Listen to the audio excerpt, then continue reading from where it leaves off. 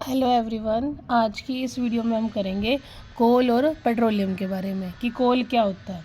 Coal is a hard black combustible material that consist mainly of a carbon. ठीक है, कोल जो है ना वो वेरी इंपॉर्टेंट टॉपिक है जिसके अंदर से बहुत सारे क्वेश्चंस बनते हैं। ठीक है, सबसे पहले क्या है, कोल क्या होता है, हार्ड होता है और ब्लैक होता है, और वो क्या होता है, कंबस्टेबल है, मतलब वो जलता है।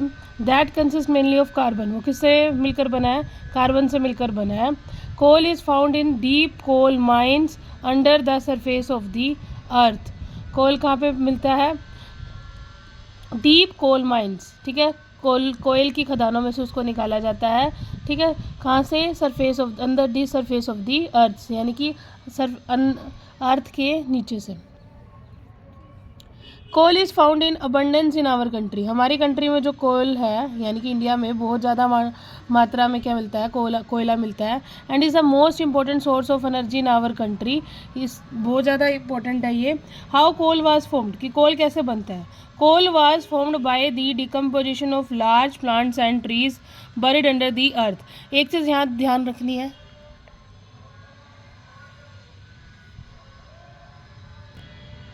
Coal is found mainly in Bihar, West Bengal, Orissa and Madhya Pradesh. ठीक है, कोल मैंने भी बताया कि कोल क्या होता है, हार्ड होता है, ब्लैक होता है। ठीक है, कोल क्या होता है, कोल खदानों में से निकाला जाता है। कोल कहाँ कहाँ मिलता है इंडिया के अंदर, बिहार में, वेस्ट बंगाल में, उड़ीसा में और मध्य प्रदेश में।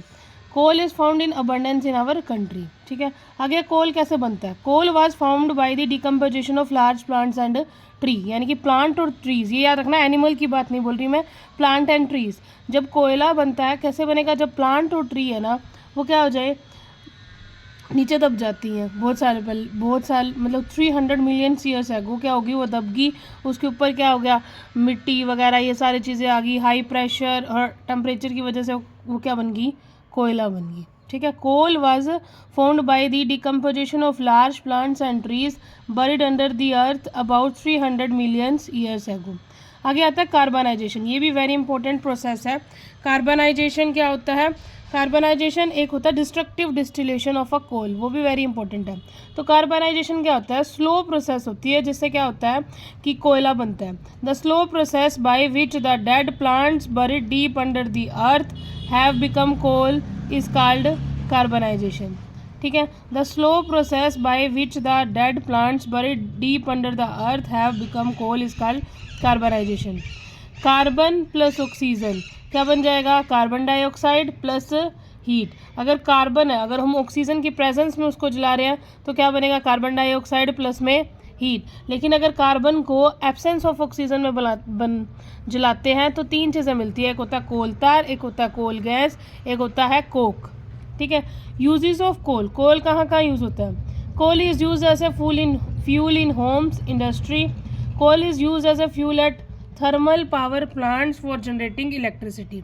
ठीक है, एक तो कोयला को हम अपने घर में यूज़ किया जाता है, ठीक है, और कहाँ, इंडस्ट्री में इलेक्ट्रिसिटी को प्रोड्यूस करने के लिए।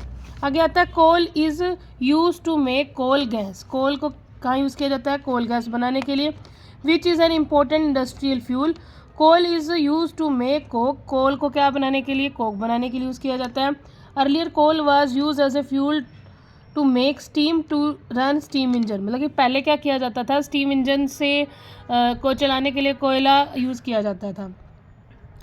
आगे coal was use as a source of organic chemicals. अब मैंने बताया था कि अगर कोल को प्रेजेंस ऑफ ऑक्सीजन में जलाएंगे तो कार्बन डाइऑक्साइड मिलती है, लेकिन एब्सेंस ऑफ ऑक्सीजन, अगर ऑक्सीजन नहीं है तो ये तीन प्रोडक्ट ऑब्टेन होंगे, कोल गैस, कोल तार और coke. These products are obtain when coal is heated in the absence of air.